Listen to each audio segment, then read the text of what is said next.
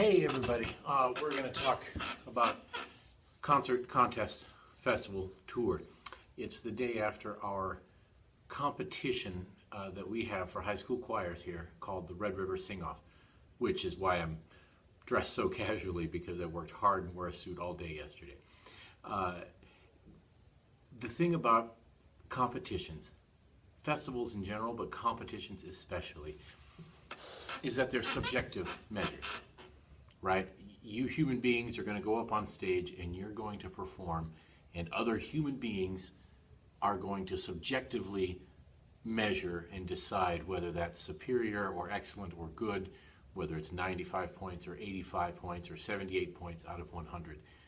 As much as we surround it with numbers and rubrics, it's still a subjective measure.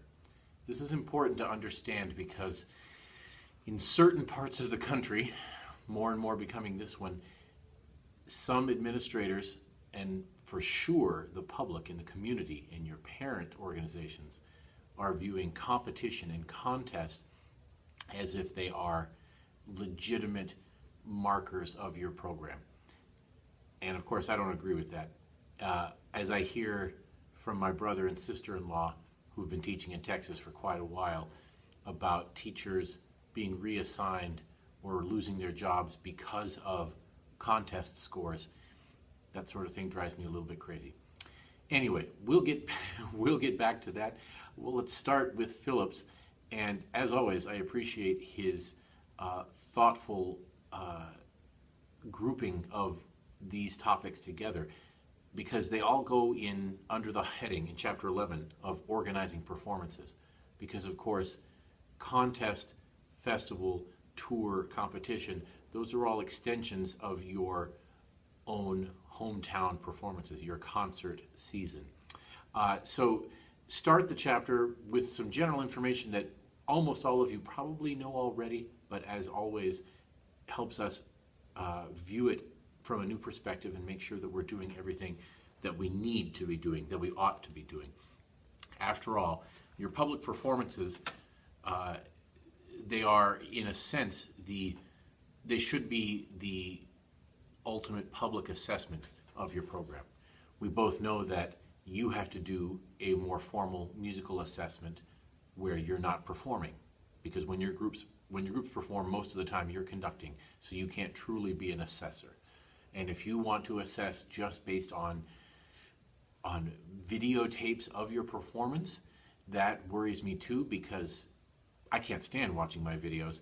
I have to try to live in the moment. In the videos, the recordings, no matter how good they are, they never measure up to the actual reality. So it usually takes me a year to listen to my tapes unless I absolutely have to. And to use that as a basis of assessment, that's also worrisome.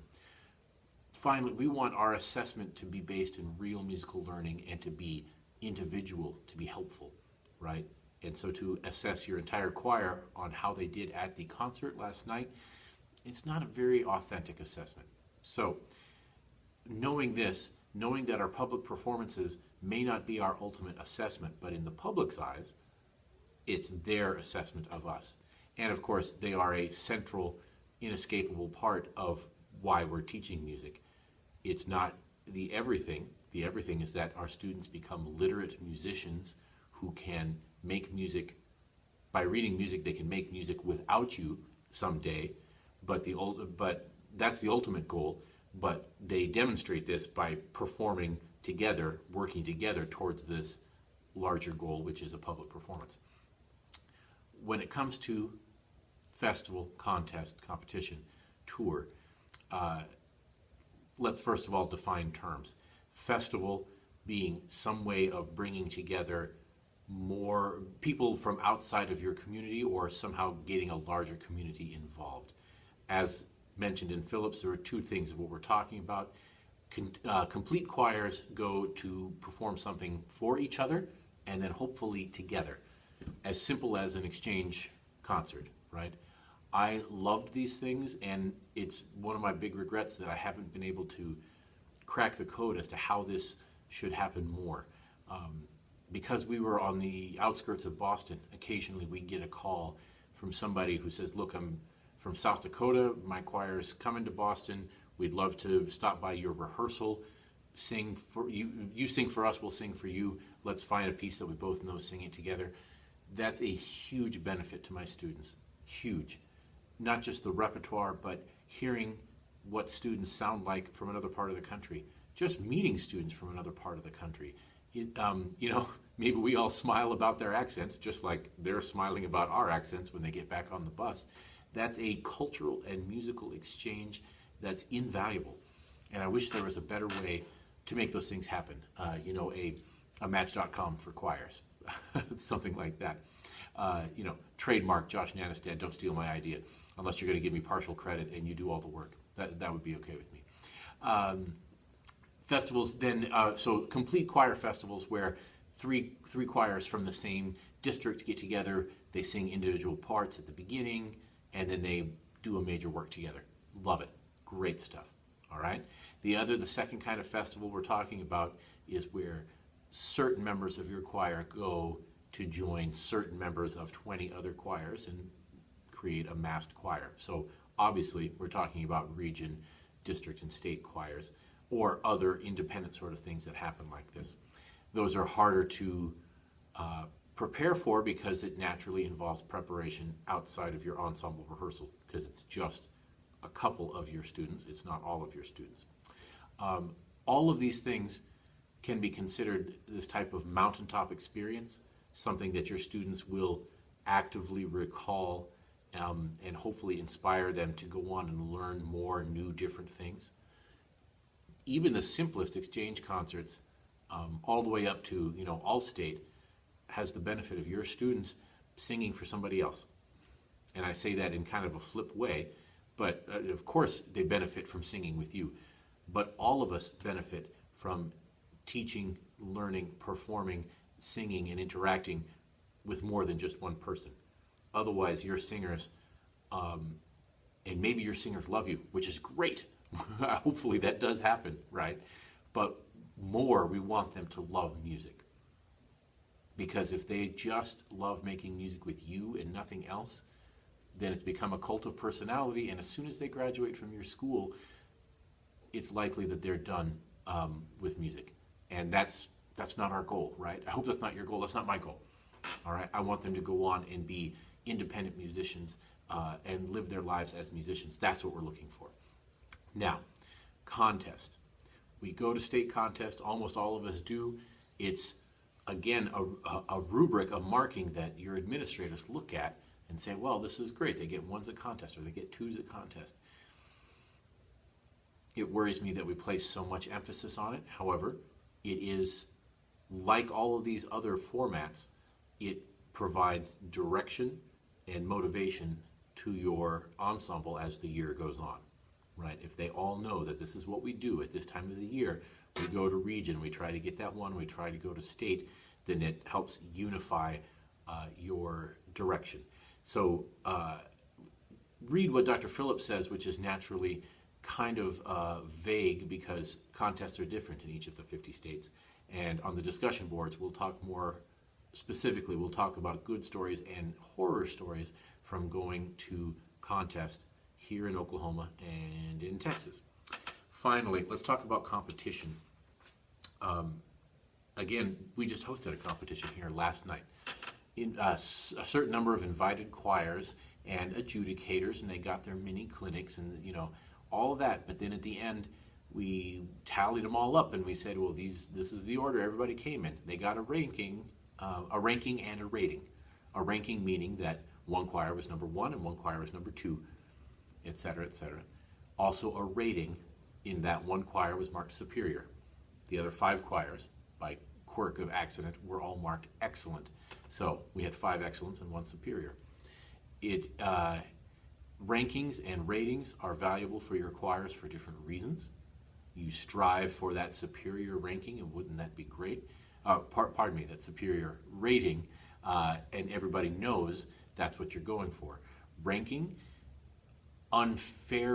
sometimes unfairly, can cause disappointment or inflation that's not deserved. Ooh, we got number 1 at this contest. Well, that's excellent. You're a high school choir from a 5A school, and the only other people at this contest were to 2A middle school girls choirs. So that ranking in that situation is not particularly valid, right? A rating, however, tells you these judges judged us to be at a superior level or at an excellent level, at a good level. These competitions and contests always do have political elements to them. They just do. It's sad to say. And not always an evil political sense, but it happens, all right? We have inherent biases.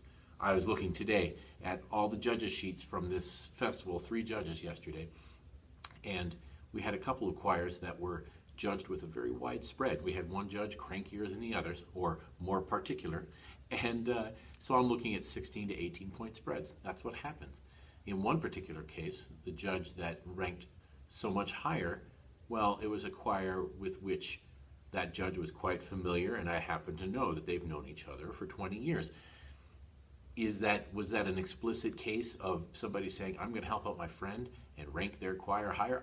I sincerely doubt that. With everything I know, I sincerely doubt it. However, when you've known somebody for a couple of decades, you've grown used to their accomplishments, their style of working, I think unconsciously, any of us are more amenable to overlooking those faults or knowing what they're trying to do, even if they don't actually accomplish it.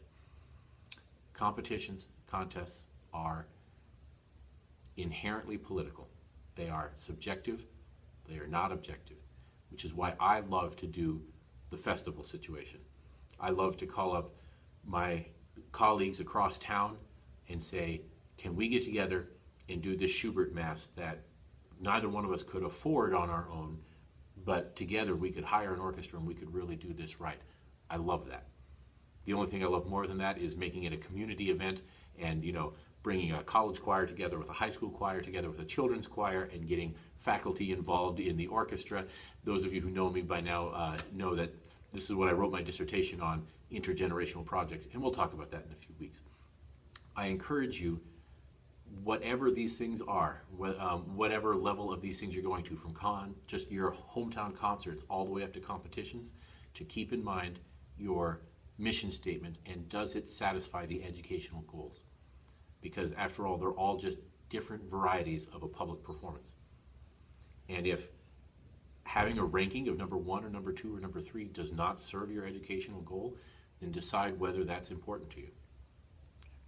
If traveling and going on tour does not serve the educational purpose, there's a nice sentence in one of your readings that says, if you're not singing every day, if you're not satisfying an educational goal, then you've just become a travel agent instead of a teacher. And I think that's the most important thing to think. Have you noticed that the European tours most often are taken by towns and school districts that are the wealthiest and can afford such things? It's great to be able to say, look, my students were invited to tour Italy, but if you were invited by a professional tour company that gets their 10% cut, that's a little different. Anyway, enjoy the readings, good luck, and I'll see you on the discussion boards.